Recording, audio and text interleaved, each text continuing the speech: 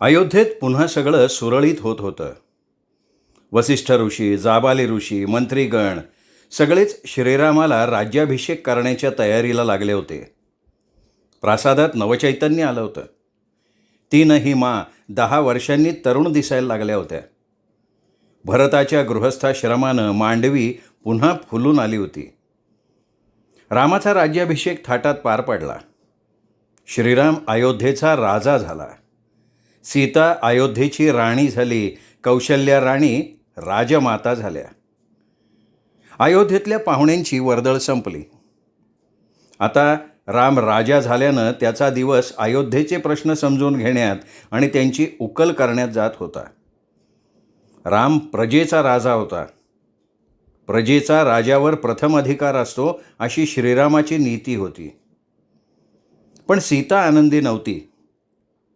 तिला सारखं रानातलं मुक्त जीवन साथ घालायचं. वनात तिला अष्टप्रहर रामाचा सहवास मिळाला होता. सीतेला आता उर्मिला आणि मांडवीच्या आजवरच्या जीवनातले चटके थोडेफार जाणवत होते. तिने तसं बोलूनही दाखवलं. दूर मधुपूर राज्यात लवणासूर दैत्य माजला होता. रामाच्या आज्ञेनं शत्रुघ्नानं मधुपुरावर स्वारी करून खूप पराक्रम गाजवून मधुपुरातल्या जनतेची सुटका केली. लवणासुराचा वध केला. रामानं त्याला तिथेच राहून आजूबाजूचा प्रदेश काबीज करून शांतता प्रस्थापित करायला सांगितलं. शत्रुघ्नानं तिथं मथुरापुरी नावाची विशाल नगरी वसवली. श्रुतकीर्ती शत्रुघ्नासह मथुरेला गेली. ती दोघं मथुरापुरीत राहू लागली. रामाच्या आधिपत्याखाली अयोध्येचा वेगानं विस्तार होत होता. लक्ष्मण पुन्हा रामाच्या पाठी सावलीसारखा राहू लागला. उर्मिलेनं त्याचं हे रामाची सावली असणं आता अंगवळणी पाडून घेतलं होतं. राज्याभिषेकाचं चित्र पूर्ण करून तिने त्या चित्रात लक्ष्मणाला रामाच्या मागेच उभा ठेवलेला होता. लक्ष्मणाला कुठल्याही मंत्रिपदाची अपेक्षा नव्हती, कारण लोक त्यांना राम लक्ष्मण असंच म्हणू लागले होते. रामापासून लक्ष्मण वेगळा करणं शक्यच नव्हतं हे उर्मिलेला कळून चुकलं होतं. राजवाड्यातल्या अतिथींची उठबस, माणसांचा राबता दिवसेंदिवस वाढत होता. तिघी बहिणींना दिवस पुरत नव्हता. कीर्ती सण उत्सवांसाठी अयोध्येत येऊन जाऊन असायची. जीवनचक्र असंच चालत राहतं. माणूस थांबला संपला तरी जीवन थांबत नाही, ते चालतच राहतं. आशा निराशीचे ढग येतात आणि जातात. संकटांचे महापूर येतात. झालेल्या चुकांचा सगळा गाळ त्या लोंढ्याबरोबर येतो, खाली बसतो आणि त्या चुकाच माती होऊन जातात. भविष्यात तिथेच नवीन नगरं वसतात. अधिक समजूतदार, अधिक कसदार पिकं येतात. पाण्याचे स्रोत स्वच्छ होतात. हिलाच तर जगरहाटी म्हणतात. रघुकुळात जुनी दुःख, उपेक्षा, अवमान तळाशी गाडून आशा आनंदाचा झरा खळखळून वाहायला लागला होता. राजा म्हणून श्रीराम अयोध्येला पूजनीय होते. त्यांच्या पराक्रमाच्या गाथा ऐकून लोक नतमस्तक झाले होते. त्यांचं नम्र वागणं, ज्येष्ठांना मान देणं, प्रजेची गाऱ्हाणे ऐकून त्वरित न्यायनिवाडा करणं, राज्याचा चारही दिशांना विस्तार करणं, नवे रोजगार निर्माण करणं यांनी प्रजा सुखावली होती. श्रीरामानं ऋषींना संतांना अभय दिलं होतं. श्रीरामांचे तीनही बंधू त्यांच्या खांद्याला खांदा लावून उभे होते. विद्वान ऋषी त्यांना लाभलेल्या शांततेमुळे आणि राजाश्रयामुळे नवीन संशोधन करत होते. कृषी, धातुशास्त्र, खगोलशास्त्र यात नवीन शोध लागत होते. आता शत्रूचं आक्रमण होत नव्हतं, तरीही युद्धशाळा, युद्ध प्रशिक्षण, शस्त्रशाळा या सर्वांवर राम लक्ष्मणांचं लक्ष होतं. राजा रामांचं मातृप्रेम, बंधुप्रेम, पित्याची आज्ञापालन करण्यासाठी भोगलेला वनवास सगळ्याची उदाहरणं दिली जात होती. सणांच्या निमित्तानं दानधर्म करून जनतेची संपत्ती श्रीराम जनतेला उपयोगी येईल अशी वाटून टाकत होते. प्रजेचं धन प्रजेकारणीच सत्कारणी लावत होते. द्रव्य संचयानं दुःखच पदरात पडतं. राज्यासाठी आवश्यक एवढीच अर्थप्राप्ती राज्याकडे ठेवून बाकीची प्रजेमध्ये वाटणारा राम आदर्श राजा झाला होता. लक्ष्मण आणि भरत ज्येष्ठ बंधूंचा शब्द खाली पडू देत नव्हते. अरण्यातल्या वनवासींना, पतितांना मुख्य प्रवाहात सामील करून घेण्याचे श्रीरामांचे प्रयत्न चालू होते. राज्यात कोणी उपाशी नव्हतं, प्रत्येकाच्या हाताला काम होतं. न्यायनीतीचे नवे मानदंड श्रीरामांनी प्रस्थापित केले होते. ते स्वतः सन्मार्गी असल्यानं प्रजाही तशीच वागत होती. देशातले लोक कौतुकानं या उत्तम राज्यव्यवस्थेला रामराज्य असं म्हणत होते. रामराज्याभिषेकानंतरचे 2 महिने असेच धामधुमीत गेले. तीनही आता या भव्य प्रासादात रांगणारी पावलं कधी येत आहेत याची वाट पाहत होत्या.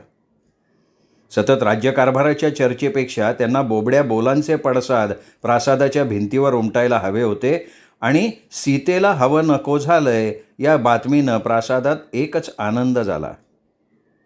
सीतेला डोहाळे लागले होते. सीतेला 2रा महिना संपून 3रा महिना लागला. तीनही मांनी गर्भपूजनाचा सोहळा ठेवला. 2 महिन्यात गर्भ स्थिर झाला की इतरांसाठी ही वार्ता प्रसारित करायची अशी प्रथा होती. हा स्त्रियांसाठीच असलेला पारंपरिक सोहळा होता.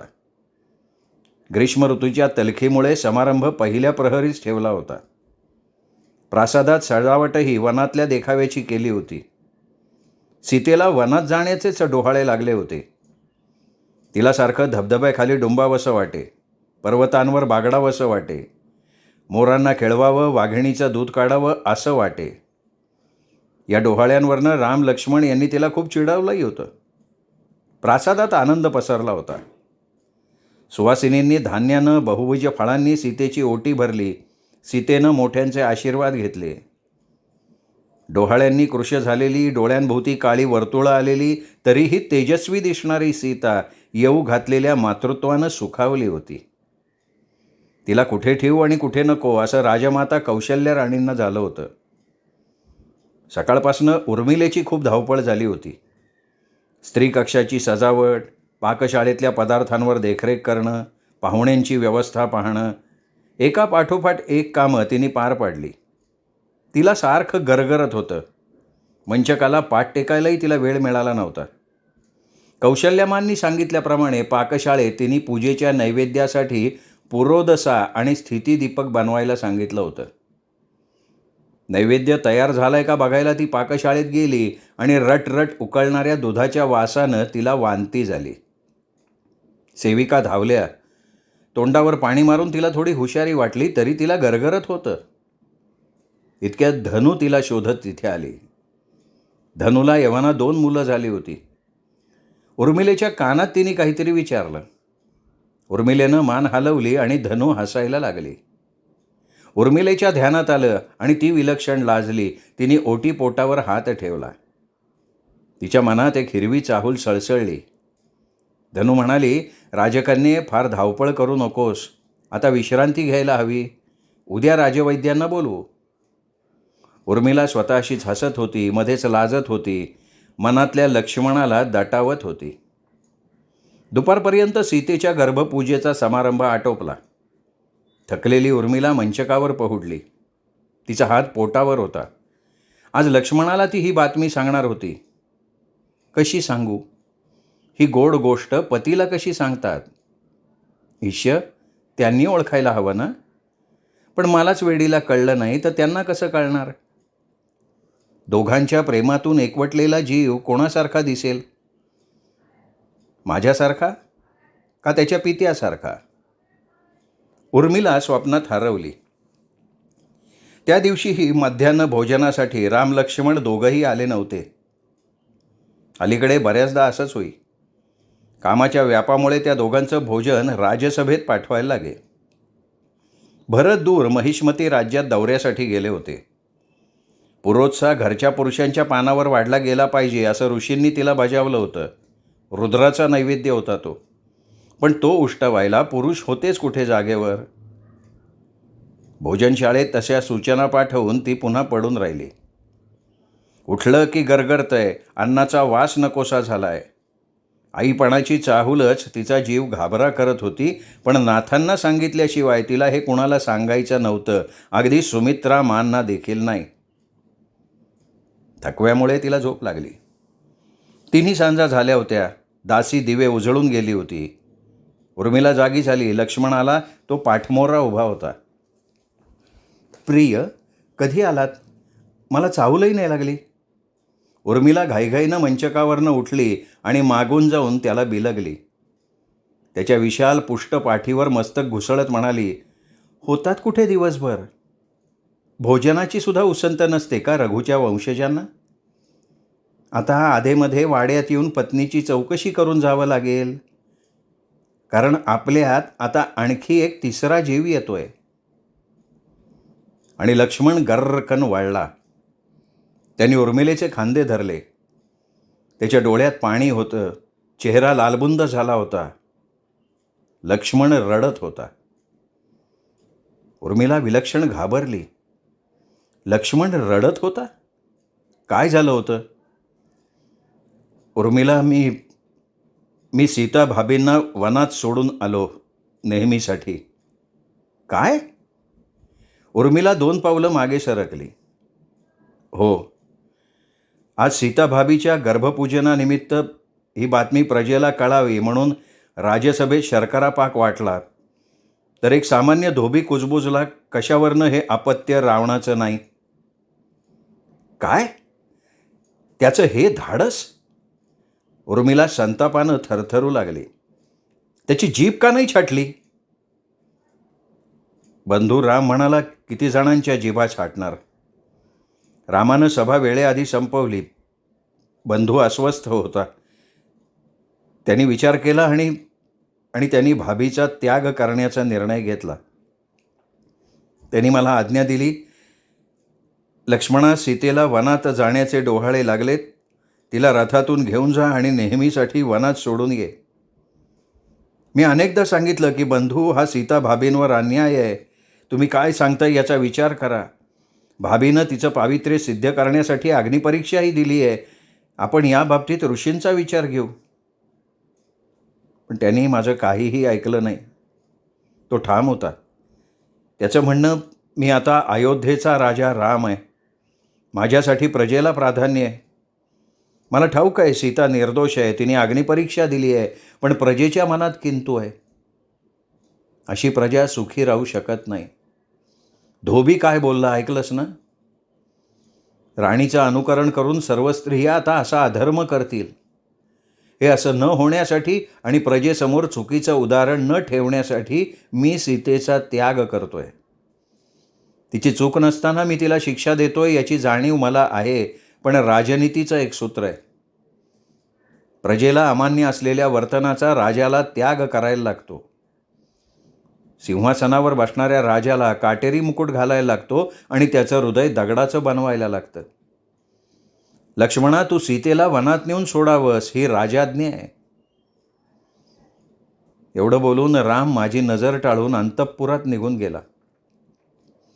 मी आत्ताच सीता भाभींना वनात सोडून आलो. बंधू रामाच्या आज्ञेवरनं नाही, तर राजा रामाच्या आज्ञेवरनं. लक्ष्मण गदगदत होता. उर्मिलेच्या तरारून आलेला कोवळा आनंद तिथेच करपून गेला. आपण काय ऐकतोय यावर तिचा विश्वास बसेना. सीतेचा त्याग, रामाच्या राणीचा त्यानंच केलेला त्याग, जनकपुत्री मैथिलीचा त्याग, अयोध्येच्या राणीचा त्याग. बलानं हरण केलेल्या स्त्रीला तिने न केलेल्या अपराधाची शिक्षा किती वेळा मिळणार आहे? उर्मिला तशीच बेभानपणे धावत सुटली. तिची ओढणी फडफडत होती. पादत्राणही न घालता ती धावत श्रीरामाच्या प्रासादात पोचली. मागून लक्ष्मण धावत आला. राम जेठजी, आपण सीतेला किती वेळा शिक्षा देणार आहात? सीता निष्कलंक आहे, पवित्र आहे याबद्दल आपली खात्री पटलेली आहे, तरी तिने किती वेळा बळी जायचं आहे? सीता गर्भवती आहे जेठजी. गर्भवती असलेल्या हरिणीची देखील शिकार करू नये असा नियम आहे, आणि आपण एका गर्भवती स्त्रीला, तुमच्या पत्नीला एकटीला अरण्यात सोडून दिलं. ती अयोध्येची राणी आहे. त्याआधी ती अयोध्येतली एक नागरिक आहे, एक स्त्री आहे. एक पती म्हणूनच नाही, तर एक राजा म्हणून देखील आपलं वर्तन अयोग्य आहे. आपण आपल्या राजा म्हणून असलेल्या अधिकारानं प्रजेला हे पटवून देऊ शकत होतात की सीता पवित्र आहे, पण आपण प्रजेला घाबरलात. स्त्रीला अशीच वाईट वागणूक द्यावी, तिच्या चारित्र्यावर संशय आला तर खुशाल तिचा त्याग करावा, याच वागणुकीचं पुढं प्रजेनं अनुसरण केलं तर? चुकतंय राजन, मी आपला निषेध करते. उर्मिला वादळात केळ कापावी तशी कापत होती. लक्ष्मण मान खाली घालून उभा होता. कुठे असेल सीता? रानात वन्य प्राणी असतील. कुठे भटकेल एकटी? तिला पुन्हा कोणी राक्षसानं धरलं तर? जिनं 14 वर्ष आपल्यासाठी आनंदानं वनवास भोगला, त्या आपल्या निष्पाप पत्नीचा आपण विश्वासघात केलात. महाराज, आपण अयोध्येच्या राणीचा अनादर केलातच, त्याचबरोबर अवघ्या स्त्रीजातीचा अनादर केलाय महाराज. सीता मिथिलाधिपती राजा जनकांची कन्या आहे, त्यांना काय वाटेल याचाही विचार केला नाहीत महाराज. एक स्त्री म्हणून जीजीला काय वाटेल? दशरथ पिताश्रींनी कैकईमांना दिलेल्या बेजबाबदार वचनातून जो अनर्थ पुढे घडला, त्यातून आता कुठे आपला परिवार सावरतोय, आत्ता कुठे आनंदाचे दिवस आलेत आणि आपण त्याला चूड लावलीत. निषेध आहे आपला. धिक्कार असो आपल्या त्या राजेपणाचा. सौदामिनीसारखी ताड बोलणारी उर्मिला तिथेच कोसळली. उर्मिला? लक्ष्मण धावला. श्रीरामानं राजवैद्यांना बोलवलं. उर्मिला बेशुद्ध झाली होती. उर्मिलेचा गर्भ अस्थिर झाला होता. तिला गर्भपोषणाची मात्रा राजवैद्यांच्या निगराणीत सुरू झाली. उर्मिलेचा गर्भ नाजूक होता. सुमित्रा मा काळजीत पडल्या. तीनही मा उर्मिलेची काळजी घेत होत्या. मांडवी उर्मीचं मन गुंतवून ठेवण्यासाठी तिच्याशी बोलत बसे. गर्भवती सीता कुठे आहे, राजवंश कुठे वाढतोय हे कळायला मार्ग नव्हता.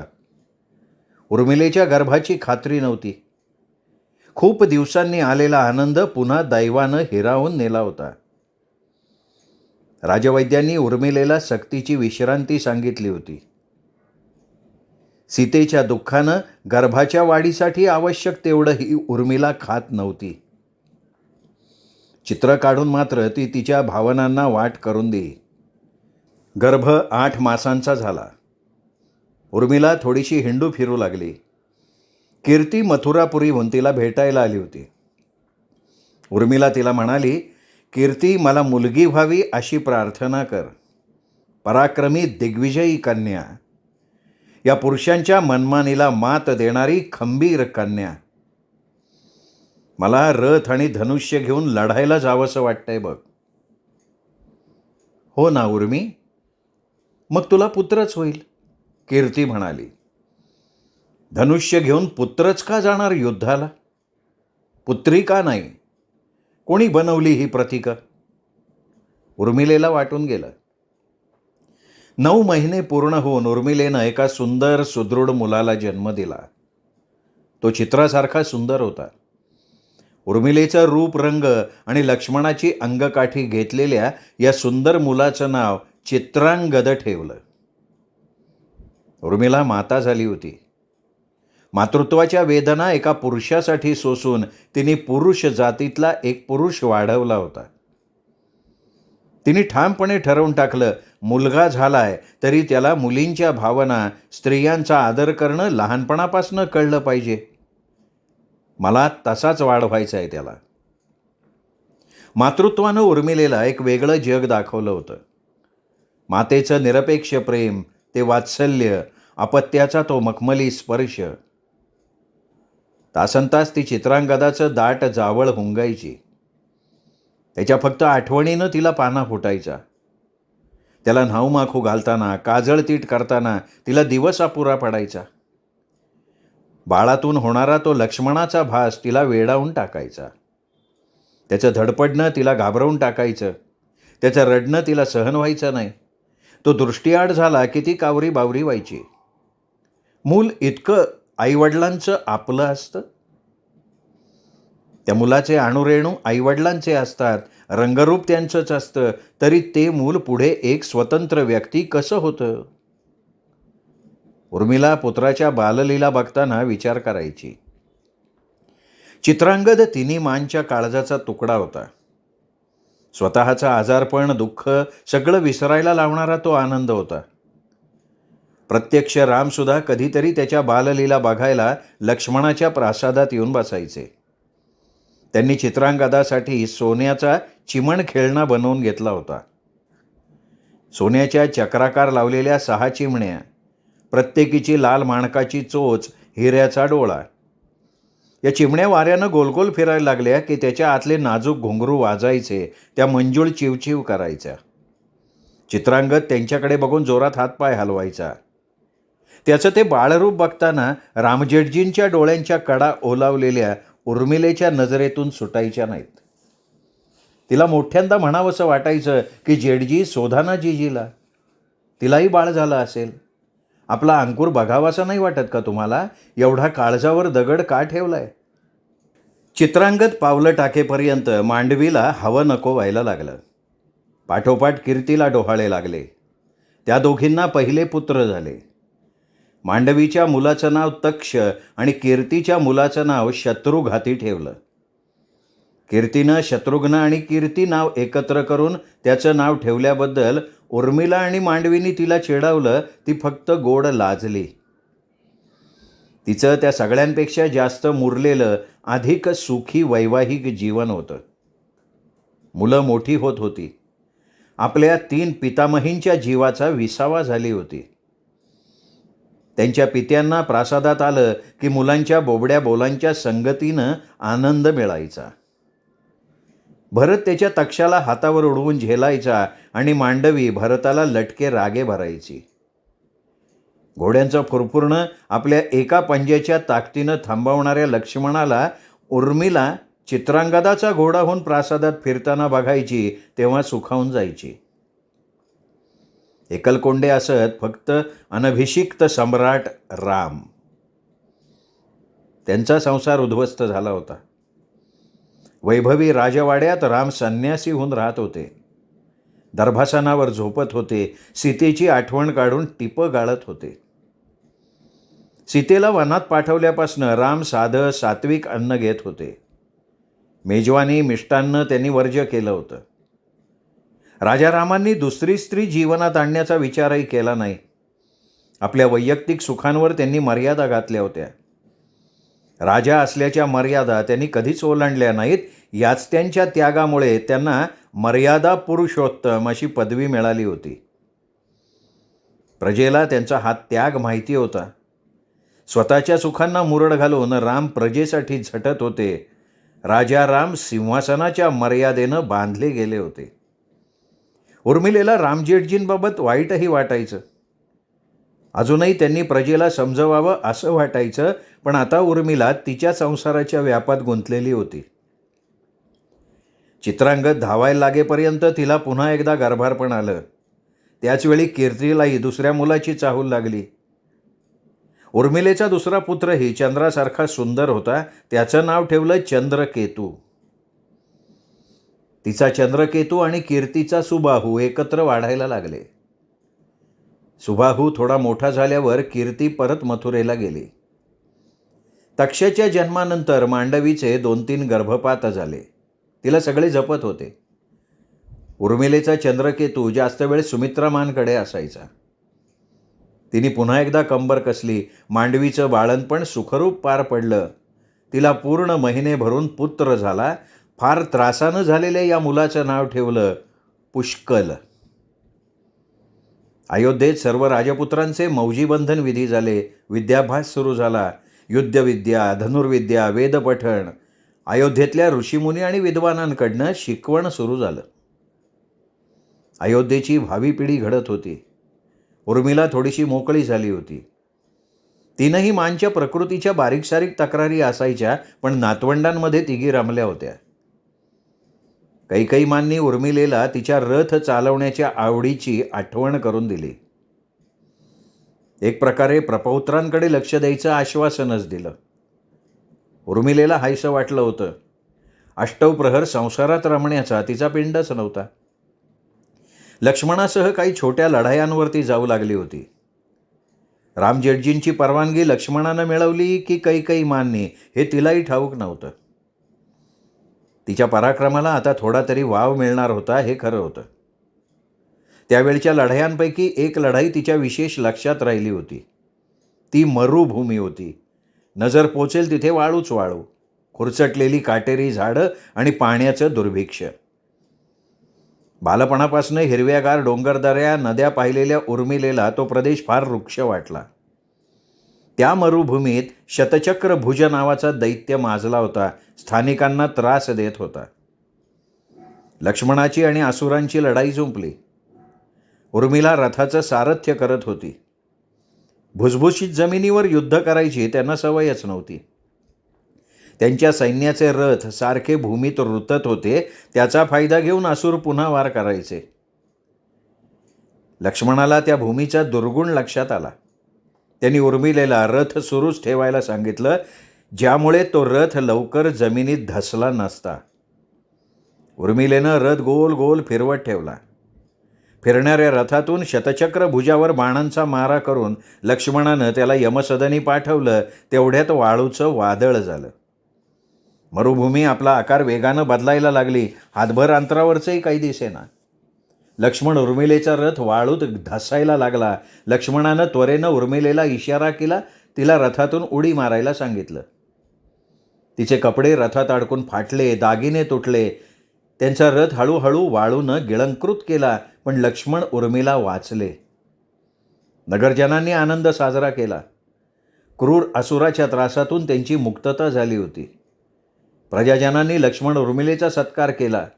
एक योद्धा म्हणून उर्मिलेची कामगिरी उल्लेखनीय होती. एक स्त्री असून तिने पराक्रम गाजवला होता.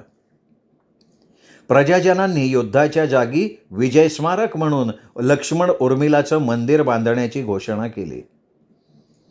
लक्ष्मणानं त्यांना विनयपूर्वक सांगितलं, माझा ज्येष्ठ बंधू भरत इथे राज्यकारभार करेल. मी फक्त रामाचा सेवक आहे, पदाधिकारी नाही. भरताला बोलवून घेऊन त्याला या प्रदेशाची व्यवस्था लावायला सांगून लक्ष्मण उर्मिला अयोध्येला निघून आले. उर्मिलेला या भावंडांच्या त्यागी वृत्तीचं, रामाच्या आज्ञा पालन करण्याचं, दिला शब्द राखण्याचं कौतुक वाटायचं. रघुकुळातल्या स्पृहणी गोष्टी ती छोट्या राजपुत्रांना सांगायची आणि अशोभनीय गोष्टी ती त्यांना मोठं झाल्यावर समजावून सांगणार होती. अंगद आणि केतूला ती स्त्री पुरुष दोघांची कामं शिकवायची. स्त्रियांचा आदर करायला, त्यांचा आत्मसन्मान जपायला ती आत्तापासून त्यांना शिकवत होती. उत्सवप्रसंगी तिला सीतेची उणीव जाणवायची. तिच्या न पाहिलेल्या अपत्याची तिला आठवण यायची. परिस्थिती तिला बदलता आली नव्हती तरी तिचे प्रयत्न ती सुरू ठेवणारच होती, अधिक डोळस होऊन, अधिक खंबीर होऊन. एक दिवस जनकतात अत्यवस्थेत असा मिथिलेतून दूताकरवी निरोप आला. उर्मिला आणि मांडवी चित्रांगद आणि चंद्रकेतूला घेऊन निघाल्या. प्रवासभर उर्मिलेच्या डोळ्यातनं धारा बरसत होत्या. सीतेचा रामानं त्याग केल्यापासून जनक आणि सुनैना राणी दोघांची प्रकृती खालावली होती. सीता त्यांचं भाग्य होती, त्यांची वरदलक्ष्मी होती, त्यांची अस्मिता होती. त्यांनी पोटच्या पुत्रीपेक्षा जास्त माया सीतेवर केली होती. रथ मिथिलेत आले. शिशिरातली पानगड चालू होती. जणू अवघी मिथिला नगरी जनकराजासाठी अश्रू ढाळत होती. जनकासारखा चारित्र्यवान, सत्वशील, काळाच्या 2 पावलं पुढे असलेला राजा त्यांना सोडून जाणार होता. उर्मिला पिताजींच्या जवळ बसली. गेले 4 दिवस त्यांनी अन्नपाण्याचा त्याग केला होता. उर्मिला आल्याची राजा जनकांना चाहूल लागली. तिच्यासाठीच त्यांचा प्राण त्यांनी थांबवून ठेवला होता. अहो निरंजनः शांतो बोधो अहम प्रकृतिपरः एता वनं तमहं कालम मोहनैव विडंबितः. राजा जनक क्षीण आवाजात बोलत होते. पुत्री, आता शोक नको. जीवन हाही एक मोह आहे. माझं पृथ्वीवरचं कार्य झालंय. मी निर्दोष आहे, शांत आहे, बोधस्वरूप आहे. प्रकृतीपेक्षा वेगळा आहे. परंतु दीर्घकाळ मी या मोहात आंधळा झालो होतो. माझे गुरु अष्टवक्र सांगायचे ते आज पटतंय. आता सगळे भ्रम नाहीसे झाले, दृष्टी निर्मळ झाली. निघतो मी. त्यांनी शांतपणे प्राण त्यागले. राणी सुनैना कोणाचंही न ऐकता सती गेल्या. जनकराजांच्या इच्छेप्रमाणे उर्मिलेनं त्यांचे अंत्यसंस्कार केले. गार्गी मैत्रेयीसारख्या विदुषींनी तिला अंत्यसंस्काराचा, पुत्राचा अधिकार द्यायला लावला. उर्मिला जनकराजांचा पुत्रच होती. लक्ष्मण, भरत, शत्रुघ्न मिथिलेत सांत्वनासाठी येऊन गेले. मातापित्यांच्या देहत्यागाविषयी त्यांच्या लाडक्या सीतेला कल्पनाही नव्हती. मा आणि तात दोघांच्या आठवणींनी तिघींचे डोळे पाणावत होते. सीता जिजीच्या विरहानं त्या आठवणींच्या वेदनेत भर पडत होती. आठवणीतली लहानगी उर्मिला जनकतातांकडे दुडदुडत आली. तात, मी तुम्ही सांगितलेल्या सगळ्या श्रुती पाठ केल्या. आता तरी मला तुम्ही खजिन्यातला नीलमणी द्याल ना? राजा जनक म्हणाले, नवारे सर्वस्व कामाय सर्वां प्रियं भवती, आत्मनस्तु कामाय सर्व प्रियं भवती. सर्व वस्तू आपल्याला आवडतात. त्या वस्तूंसाठी त्या आवडत नाहीत, तर आपल्या आत्म्यासाठी त्या आवडतात. नीलमणी मिळाला की तुला गोमेद रत्न हवंसं वाटेल. ते मिळालं की तुला सूर्यकांत रत्न हवंसं वाटेल.